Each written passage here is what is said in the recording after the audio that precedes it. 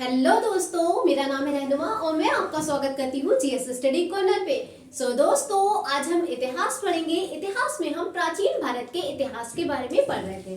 तो आज हमें क्या पढ़ना है? आज हमें मौर्य प्रशासन से संबंधित जो महत्वपूर्ण तथ्य हैं, जहां से आपके सीधे सीधे क्वेश्चंस बन जाते हैं, उन सारी चीजों को इस वीडियो में हम कवर करेंगे। तो इससे पहले वाली वीडियो में हमने क्या पढ़ा था? इससे पहले वाली वीडियो में हमने चंद्रगुप्त के बारे में पढ़ा था। उसके बाद हमने बिंदुसार के बारे में पढ़ा था और बिंदुसार के पढ़ने के बाद में किसके बारे में पढ़ा था? तो अशोक के बारे में पढ़ा था। तो उन सारी चीजों को हमने अब इससे पहले वाली वीडियो में कंप्लीट किया है। और आज जो हमें पढ़ना है अशोक से संबंधित जो उसके अभिलेख हैं, जहां से आपके सीधे सीधे एक नंबर का क्वेश्चन बन जाता है, वो पढ़ना है। और साथ ही साथ मौर्य प्रशासन जो आपका कितने भागों में किस तरह से था, उसके बारे में हमें पढ़ना है।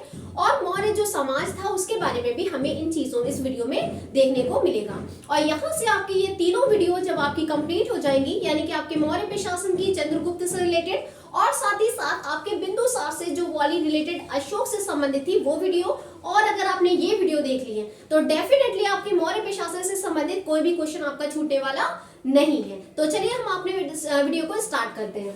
तो जैसे कि मैंने बात की, मौर्य साम्राज्य के बारे में बात कर रहे हैं, तो अब हम क्या बात करेंगे? अशोक के अभिलेखों के बारे में बात करेंगे। तो अशोक के अभिलेख से भी आपके क्वेश्चंस बनते हैं। अगर आपका बहुत ज्यादा डीपली जाता है तो आपके क्वेश्चंस बन जाते हैं। इसमें हम देखेंगे कि कौन कौन सी चीजें हमारे लिए इंपॉर्टेंट है। सबसे पहले हम इसके अभिलेखों का अध्ययन कर लेते हैं। जैसे पहला आपका है अहिंसा का विरोध। जो पहला अशोक का अभिलेख है, अशोक के अभिलेख कितने हैं? ध्यान रखिएगा, 14 अभिलेखों के बारे में मुख्य बातें पूछी जाती हैं, तो 14 अभिलेख है, ठीक है। तो अहिंसा का विरोध किया है और पशु बलि की निंदा की है। तो पहले अभिलेख में ये जानकारी मिलती है कि अहिंसा का विरोध किया गया है और पशु बलि की निंदा की गई है। जो अभिलेख उसने खुदवाए थे जगह जगह, ठीक है। तो याद रखेंगे, पहले अभिलेख में अहिंसा का विरोध, पशु बलि की निंदा। उसके बाद दूसरे पे चले तो मनुष्य और पशु दोनों की चिकित्सा के बारे में बात की। याद रखेंगे, मनुष्य और पशु, सिर्फ मनुष्य की नहीं बल्कि पशु दोनों की चिकित्सा के बारे में बात की है दूसरे अभिलेख से संबंधित, ठीक है। अगला देखेंगे हम, तीसरा है बौद्ध धर्म के प्रचार हेतु। याद रखेंगे बौद्ध धर्म, क्योंकि अशोक ने कौन सा धर्म अपना लिया था? तो बौद्ध धर्म को अपना लिया था। और उसी धर्म को अपनाने के बाद उसने बौद्ध धर्म के लिए प्रचार प्रसार करवाना शुरू किया था। तो तीसरा जो आपका इंपॉर्टेंट है, याद रखेंगे, तीसरा आपका इंपॉर्टेंट है और पहला भी आपके लिए इंपॉर्टेंट है। बौद्ध धर्म के प्रचार हेतु किसको? राजुक, युक्तक और पदेशक, ये तीनों अधिकारी रखे थे जो बौद्ध धर्म का क्या करेंगे? प्रचार प्रसार करेंगे, ठीक है। उसका जो राज्य था उसमें जगह जगह प्रचार करने के लिए क्या कर रखा था? राजुक, युक्तक, पदेशक। पता चलता है कि इसने अधिकारी रखे थे जो बौद्ध धर्म का प्रचार प्रसार करेंगे, ठीक है। आगे देखेंगे, चौथा आपके लिए बहुत ज्यादा इंपॉर्टेंट है, ये भी आप ध्यान रखेंगे। ये वाला है भैरी घोष। भैरी घोष के स्थान पर धम्म घोष की नीति अपनाई। याद रखेंगे, जो अशोक ने था उसने कौन सा विचार अपना लिया था? तो धम्म विचार को अपना लिया था, धम्म घोष नीति को उसने अपनाया था। तो चलिए अब हम देखते हैं कि भैरी घोष, यानी भैरी घोष के स्थान पर किसको अहमियत दी थी उसने? धम्म घोष के ऊपर अहमियत दी थी। यानी भैरी घोष यानी युद्ध को छोड़ दिया था। भाई कलिंग का जो युद्ध हुआ था 261 ईसा पूर्व में, तो उस कलिंग के युद्ध के बाद उसके क्या था? मन का परिवर्तन हो गया था, मन के विचारों में परिवर्तन हो गया था। तो उसने क्या किया था? भैरी घोष के स्थान पर, यानी युद्ध के स्थान पर वो कौन सी नीति अपनाएगा? तो धम्म घोष यानी धर्म की नीति को अपनाएगा, जो उसके बौद्ध के धर्म में थी, ठीक है। आगे चलेंगे, हम देखेंगे धम्म महामात्र अधिकारी की चर्चा। तो धम्म के विचार जो उसके थे, उसके लिए एक महामात्र, एक अधिकारी था। इसकी चर्चा हमें कहां से मिलती है? तो पांचवें अभिलेख से पता चलता है कि धम्म जो विचार था उसके लिए एक महामात्र अधिकारी रखा था, जो क्या करेगा? उसके जीवन की देख रेख करेगा। जो विचार, धर्म के जो विचार हैं उसकी देख रेख के लिए किसको रखा गया था? तो महामात्र अधिकारी की चर्चा हमें कहां से मिलती है? पांचवें अभिलेख से मिलती है। उसके बाद हम छठे पे चलते हैं। जो उसने कहा था कि मेरे अधिकारी जन कल्याण के लिए, मेरे अधिकारी जन कल्याण के लिए जब चाहे मुझसे मिल सकते हैं। तो याद रखेंगे, इसने छठे में क्या कहा था? इसने कहा था कि मेरे जितने भी अधिकारी हैं, क्योंकि आप जानते हैं वो बहुत बड़ा सम्राट था और सम्राट से मिलना इतना आसान नहीं होता है, जिस तरह से प्रधानमंत्री से मिलना इतना आसान नहीं है, उसी तरह से उस समय में भी यही काम था। लेकिन उसने क्या कहा था कि अगर मेरे अधिकारी अगर जन की कल्याण यानी जनता के कल्याण के लिए अगर मुझसे मिलना चाहे तो वो जब चाहे मुझसे मिल सकते हैं। ठीक है, आगे देखेंगे 7वां वाला, विभिन्न धर्मों की आपसी में समन्वय की बात कही थी। याद रखेंगे अशोक बौद्ध धर्म को मानने वाला था, लेकिन इसने और धर्मों के खिलाफ कुछ नहीं किया था, वो सभी धर्मों के समन्वय की उसने बात कही थी। याद रखेंगे उसने अपना जो धर्म था वो उसने प्रचार प्रसार तो किया था, लेकिन अपने धर्म को किसी और अपनी जनता के ऊपर थोपा नहीं था। उसने जो धर्म अपनाया था वो व्यक्तिगत रूप से अपनाया था, अपने राज्य का धर्म बौद्ध धर्म नहीं घोषित किया था। याद रखेंगे तो उसने क्या कहा था, विभिन्न धर्मों को, ये जानकारी हमें कहां से मिलती है, तो 7वें अभिलेख से मिलती है। विभिन्न धर्मों की आपसी समन्वय की बात कही है। और याद रखेंगे इंपॉर्टेंट इसलिए भी है क्योंकि ये जो अभिलेख है ये कैसा है, सबसे बड़ा शिलालेख है। तो सबसे बड़ा शिलालेख कौन सा है, 7वें नंबर का है, जिसमें क्या बात कही गई है, विभिन्न धर्मों की समन्वय की बात कही गई। आगे चलते हैं 8वां, तो उसने क्या कहा था, धम्म यात्रा। 8वें से हमें क्या पहचान मिलती है, ये भाई इंपॉर्टेंट है, इसको ध्यान रखेंगे, ये क्यों इंपॉर्टेंट है, इसमें क्या खास है। तो धम्म यात्रा की चर्चा के बारे में मिलता है। अशोक ने भी जिस तरह से अपनी पुत्री, उसने संघमित्रा को, अपने पुत्र आपका महेंद्र को, उसने कहा अपने धर्म बौद्ध धर्म के प्रचार प्रसार के लिए कहाँ भेजा था, श्रीलंका भेजा था। तो जिस तरह से वो अपने उसको भेज रहा था और जगह जगह प्रचार प्रसार करवा रहा था, बौद्ध धर्म के विचारों को फैला रहा था, उसी क्रम में वो भी क्या करता है, वो भी जगह जगह पे अपने बौद्ध धर्म का प्रचार प्रसार करता है और वो कुछ धम्म यात्राएं करता है। जो धम्म यात्राएं करता है ये जानकारी हमें कहाँ से मिलती है, 8वें शिलालेख से। तो उसने राज्याभिषेक के, उसका जो राज्याभिषेक हुआ था वो 10वें वर्ष, राज्याभिषेक के 10वें वर्ष वो गया की यात्रा करता है। याद रखेंगे ये कहां से पता चलता है, तो 8वें अभिलेख से पता चलता है। राज्याभिषेक के 20वें वर्ष उसने कहां की यात्रा की थी, तो 20वें वर्ष उसने लुम्बिनी की यात्रा की थी। ठीक है, तो कैसी यात्राएं थी, धर्म यात्राएं थी, धर्म के प्रचार प्रसार से संबंधित थी, धर्म यात्रा कहेगी। तो 10वें वर्ष में गया और 20वें वर्ष में लुम्बिनी की इसने यात्रा करी थी। ठीक है, आगे चलेंगे, हम देखेंगे 9वां जो आपका अभिलेख है, इसमें क्या बता रहे थे, सच्ची भेंट और शिष्टाचार का वर्णन किसमें मिलता है, तो शिष्टाचार और सच्ची भेंट की वर्णन कहाँ मिलता है, 9वें अभिलेख में मिलता है। उसके बाद हम देखेंगे 10वें अभिलेख, तो राजा व अधिकारी प्रजा के हित में सोचे, ये उसने लिखवाया था कि राजा और अधिकारियों को प्रजा के हित में सोचे। तो ये कौन से अभिलेख में मिलता है, ये विचार उसने कहा कौन से अभिलेख में लिखवाया था, तो 10वें अभिलेख में। आगे देखेंगे हम 11वां अभिलेख, धम्म की व्याख्या। जो धम्म नीति उसने अपनाई थी, उस धम्म की नीति जो उसकी व्याख्या है वो कहाँ कौन से अभिलेख में मिलती है, तो याद रखेंगे 11वें अभिलेख में धर्म की व्याख्या का वर्णन मिलता है। ठीक है, आगे चलेंगे हम 12वें को देखेंगे, तो उसने क्या था, स्त्रियों की स्थिति में सुधार के लिए क्या किया था, भाई उसने वो हर चीज में सुधार कर रहा था, लोगों में नैतिकता ला रहा था, इसलिए उसने क्या किया था, अभिलेख करवाए थे, शिलालेख बनवाए थे, स्तंभ लेख लिखवाए थे, ये सारी चीजें उसने करी थी।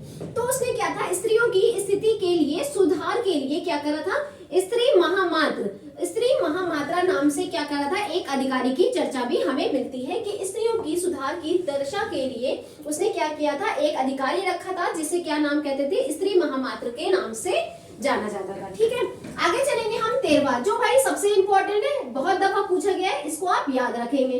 13वां शिलालेख जो है सबसे ज्यादा इंपॉर्टेंट है, क्यों है, क्योंकि इसमें आप जानते हैं अशोक की जब भी बात आती है तो कलिंग युद्ध की बात आती है, जो कब हुआ था, 261 ईसा पूर्व में हुआ था।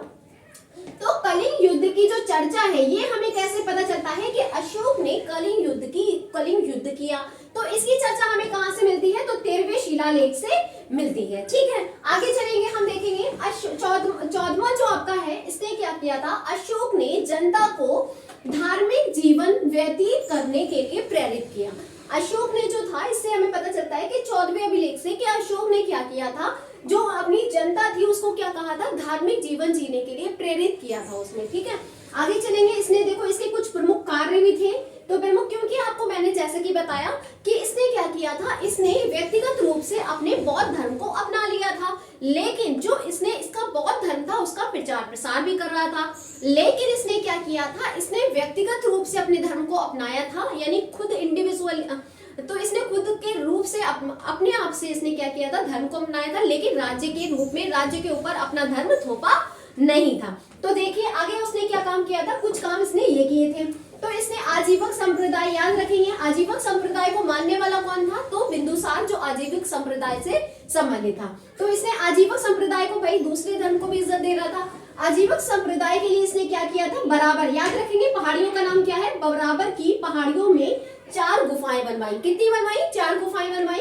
कौन कौन सी थी उन गुफाओं में, कर्ज, चौपार, सुदामा, विश्व झोपड़ी। तो 4 गुफाएं बनवाई, कहाँ बनाई, बराबर की पहाड़ियों में, कर्ज, चौपार, सुदामा, विश्व झोपड़ी। ठीक है, आगे देखेंगे इसने संदेशों को, ये जो अशोक जो था भारत का पहला ऐसा शासक था जिसने अपने संदेशों को, अपने विचारों को अभिलेखों द्वारा जनता तक पहुंचाने का कार्य किया।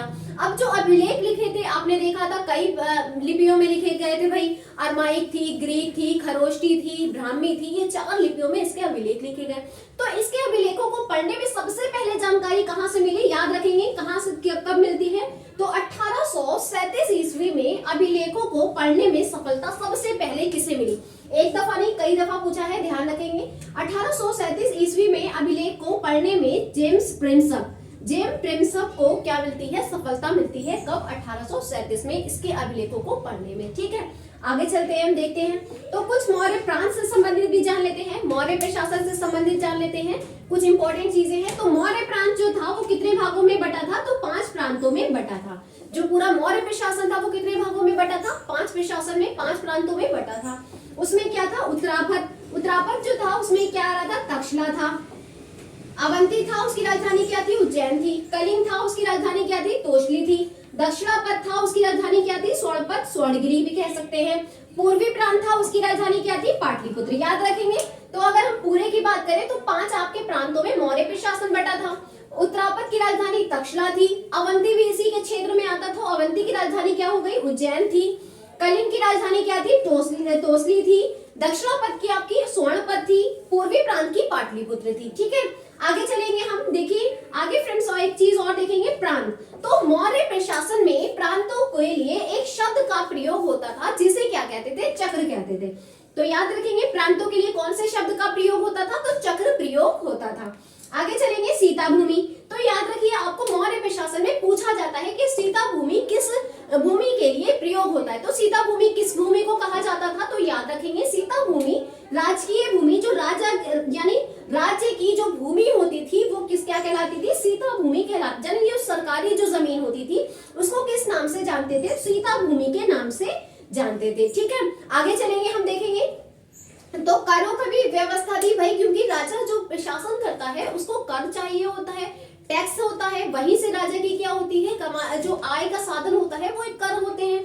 तो क्या था, कर का अगर बात करें तो मौर्य प्रशासन में कर की बात करें तो 1/10वां भाग कर लिया जाता था, बिक्री कर के रूप में लिया जाता था। और याद रखेंगे ये ना देने पर ये बहुत सख्ती के साथ वसूला जाता था, और ना देने पर उसका जो उसका दंड जो होता, दंड स्वरूप क्या मिलता था, तो मृत्यु मिलती थी। उसको दंड दिया जाता था अगर वो 1/10वां भाग बिक्री कर ना दे, तो उसके लिए सख्ती से कानून लागू थे, और ना देने पर उसे क्या मिलती थी, मृत्यु दंड की सजा दी जाती थी। ठीक है, आगे चलेंगे, हम गुप्तचर के बारे में बात करेंगे। तो गुप्तचर में याद रखेंगे संस्था और संचार की जो थे वो गुप्तचर के विभाग थे। ठीक है, आगे चलेंगे, मौर्य साम्राज्य की बात करेंगे। तो मौर्य साम्राज्य के अंतिम शासक का नाम पूछा जाता है। तो अंतिम शासक याद रखेंगे, मौर्य साम्राज्य का अगर अंतिम शासक की बात करें तो बृहद्रथ। याद रखेंगे बृहद्रथ जो नाम है ये कौन है, अंतिम शासक है। अगला चलेंगे हम, देखिए सारनाथ का स्तंभ किसने बनवाया था, तो सारनाथ का स्तंभ पूछा जाता है इसलिए हम इसको पढ़ेंगे। सारनाथ का स्तंभ किसके द्वारा बनवाया गया था, अशोक के द्वारा सारनाथ का स्तंभ बनवाया गया था। ठीक है, जिसमें क्या है पूछा जाता है, क्या क्या है, कितने आपको क्वेश्चन दे दिया जाता है, उसमें जानवरों के नाम दे दिए जाते हैं, कभी गाय कभी क्या, कुछ कुछ कहानियां बना के 4 ऑप्शन में दे देते हैं, और पूछा जाता है सारनाथ के जो आपका स्तंभ है उसमें कौन सा जानवर नहीं बना था या कौन सा एनिमल उसमें नहीं है। ठीक है, तो 4 शेर थे, याद रखेंगे कितने शेर थे, दिखते सिर्फ 3 है, 3 दिखते हैं, एक सामने वाला और साइड वाला। ठीक है, तो 4 शेर थे, और चक्र उस पे बना था, जो चक्र आपके झंडे में भी मिलता है। ठीक है, तो चक्र ये कितनी तीलियां थी, तो 24 तीलियां इसमें बनी हुई हैं, चक्र बना हुआ है, और इसमें जो 4 शेर हैं, और साथ ही साथ आपको क्या मिलेंगे, 4 जानवरों के नाम भी मिलेंगे। तो 4 जानवर कौन से हैं ये पूछे गए हैं, इसलिए आप इसको ध्यान रखेंगे। तो अश्व उसमें मिलता है। अगला इसमें हाथी मिलता है, अगर देखें तो शेर मिलता है और बैल, तो 4 जानवर इसमें मिलते हैं सारनाथ के स्तंभ में। ठीक है, 4 शेर मिलते हैं, देखिए रिकॉल कर लेंगे हम, 4 शेर मिलते हैं, 24 तीलियों वाला चक्र मिलता है और साथ ही साथ अश्व, हाथी, शेर, बैल। इसको आप ऐसे भी याद रख सकते हैं, हेलो करके भी आप याद रख सकते हैं। देखो कैसे, एस फॉर आपका क्या हो गया, हॉर्स। ठीक है, ई फॉर क्या हो गया आपका, एलिफेंट हो गया। एल फॉर क्या हो गया आपका, लाइन हो गया। और बी ऑक्स, जो ओ फॉर क्या हो जाएगा, ऑक्स। ऑक्स यानी बैल हो गया। ठीक, आगे चलेंगे हम, तो देखिए कुछ चीजें और पूछी जाती हैं, वो भी हम उसको भी कवर करेंगे क्योंकि कोई चीज हमारी छूटनी नहीं चाहिए। तो कौटिल्य के अनुसार ये कहा जाता था कि जो मौर्य पे शासन था उस समय उसमें वहां पर दास प्रथा थी, लेकिन मेगास्थनीज के अनुसार क्या था, दास प्रथा नहीं थी। याद रखेंगे तो इसको याद रखना, मेगास्थनीज के अनुसार कहा जाता है कि दास प्रथा नहीं थी, जबकि कौटिल्य के अनुसार कहा जाता है कि वहां पे दास प्रथा थी। ठीक है, पूछा जाता है कि मौर्य साम्राज्य में दास प्रथा थी कि नहीं थी, इस तरह के आपको लाइंस बना के दे देते हैं कि पूछा जाता है मौर्य प्रशासन से संबंधित क्या बातें सही हैं और क्या बातें सही नहीं है, इस तरह से पूछा जाता है। ठीक है, आगे चलेंगे, मौर्य सैन्य व्यवस्था के बारे में बात करेंगे। जो मौर्य के समय सैन्य व्यवस्था क्या थी, तो कुछ चीजें हमें जानकारी कहां कहां से मिलती है। तो यूनानी इतिहासकार के अनुसार कहा जाता है कि चंद्रगुप्त की जो सेना थी, जो चंद्रगुप्त की सेना थी वो बहुत भारी सेना थी भाई। चंद्रगुप्त की सेना में 6 लाख पैदल, याद रखेंगे 6 लाख पैदल सैनिक थे, जो पैदल सैनिक हुआ करते थे, और 30,000 अश्वारोही यानी घुड़सवार थे, 30,000 उसकी घुड़सवारी वाले सेना थे, और 9,000 गज सेना थी, 9,000 हाथियों की उसके पास सेना थी, और 8,000 उसके पास रथ सेना थी। तो यहाँ से आप अंदाजा लगा सकते हैं कि बहुत ज्यादा क्या है, उसके पास बहुत भारी सेना रही होगी। ठीक है, आगे चलेंगे हम, तो आप इसीलिए तो है आपका मौर्य प्रशासन जो है वो बहुत ही ज्यादा एकीकरण पहली बार करने वाला कौन था, तो चंद्रगुप्त मौर्य ही तो था जिसने केंद्रीकृत शासन की व्यवस्था की थी। चलिए आगे देखते हैं, मेगास्थनीज के अनुसार कहा जाता है, मेगास्थनीज कौन था, ये वही मेगास्थनीज था जो चंद्रगुप्त मौर्य के दरबार में आया था और सेल्यूकस निकेटर का क्या था, राजदूत बनकर आया था। ठीक है, तो मेगास्थनीज के अनुसार एक अलग विभाग था। कहा जाता है कि इतनी बड़ी सेना के लिए एक अलग विभाग था, और इस विभाग में कितने थे, 30 सदस्य हुआ करते थे जो सेना की देखरेख किया करते थे। सो फ्रेंड्स, आपको ये सारी चीजें, आई होप आपको ये सारी चीजें पसंद आई होंगी। तो अगर आपको मेरी वीडियो पसंद आई हो तो प्लीज वीडियो को लाइक करें, शेयर करें, कमेंट करें, और हाँ, चैनल को सब्सक्राइब करना ना भूलें। Thank you for watching my video.